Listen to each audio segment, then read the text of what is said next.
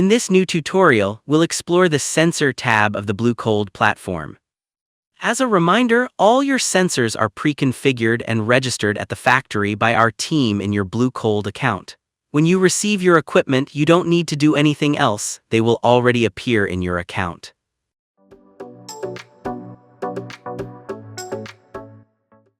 To access the list of all your sensors, click on Sensors in the navigation menu. You will then see the complete list of all your BlueCold sensors. By default, the following information is displayed for each sensor: the sensor's MAC address, its type, temperature or door sensor, its name, the date of its last activity, its status active or inactive, the last reported value, and the sensor's battery level. You will also see the ID of the asset to which the sensor is associated and the linked date. The last column will allow you to see which user group the sensor is attached to. You will then see three icons that allow you to download the sensor's data logger, edit the sensor, and link the sensor to an asset. However, you can configure the column display by clicking the Column Display button in the upper right corner of the screen. Let's now look at how to get more details about a specific sensor.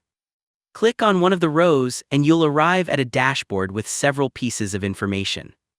On the first widget, you can see the sensor's status, its battery level, the date it was linked to an asset, the date it was created, the date of the last calibration, the date of the next calibration, and a calibration alert if the date is approaching, the link to the latest calibration certificate in PDF format, and finally the user group to which the sensor is associated if applicable.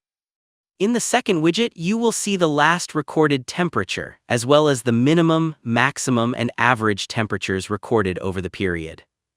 The third widget is a temperature graph that allows you to visualize your sensor data and ensure that all your sensor data has been correctly recorded. You can adjust the display period to view up to 8,000 values, typically 5 to 7 days of data. All sensor data is accessible from the sensor's creation date up to 365 days after that date. You can also change the unit of measurement to Celsius or Fahrenheit. Finally, you can export the sensor data logger in various formats by clicking this button. That's all for this dashboard, but we will come back to the sensor part a little later in this video to explain how to link a sensor to an asset.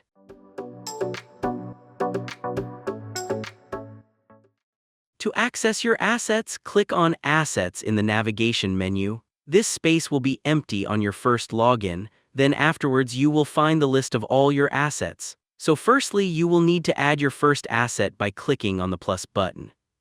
A window will open. In this window, you must give your asset an ID, which could be, for example, the serial number of the refrigerated box or a vehicle registration number. For this example, we will enter a fictitious registration number. Next, you must choose a name for your asset. In our example, we have used company names, but you are free to choose any name you prefer. Finally, you must select the asset type from the list provided: a cold room, a refrigerated box, or a vehicle. If your equipment does not correspond to any of these types, you can choose Other. You now see your asset appear in the list. You can also see the number of sensors associated with this asset. By default, when you add a new asset, no sensors are assigned to it. If you click on your asset, you will see more information about it. In the top left corner, you will see its ID. Below that, there is an image representing the asset type. In the widget on the right, you will then see the list of sensors associated with your asset.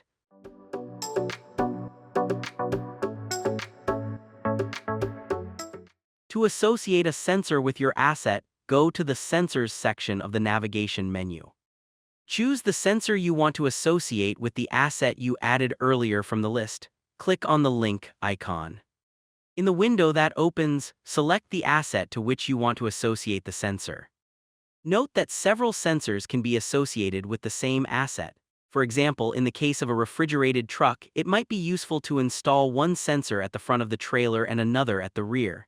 You can define up to 10 different positions. The description field allows you to specify the position, for example, front or back. Finally, click Save. Once a sensor is linked to an asset, you will see the asset ID appear in the Asset ID column.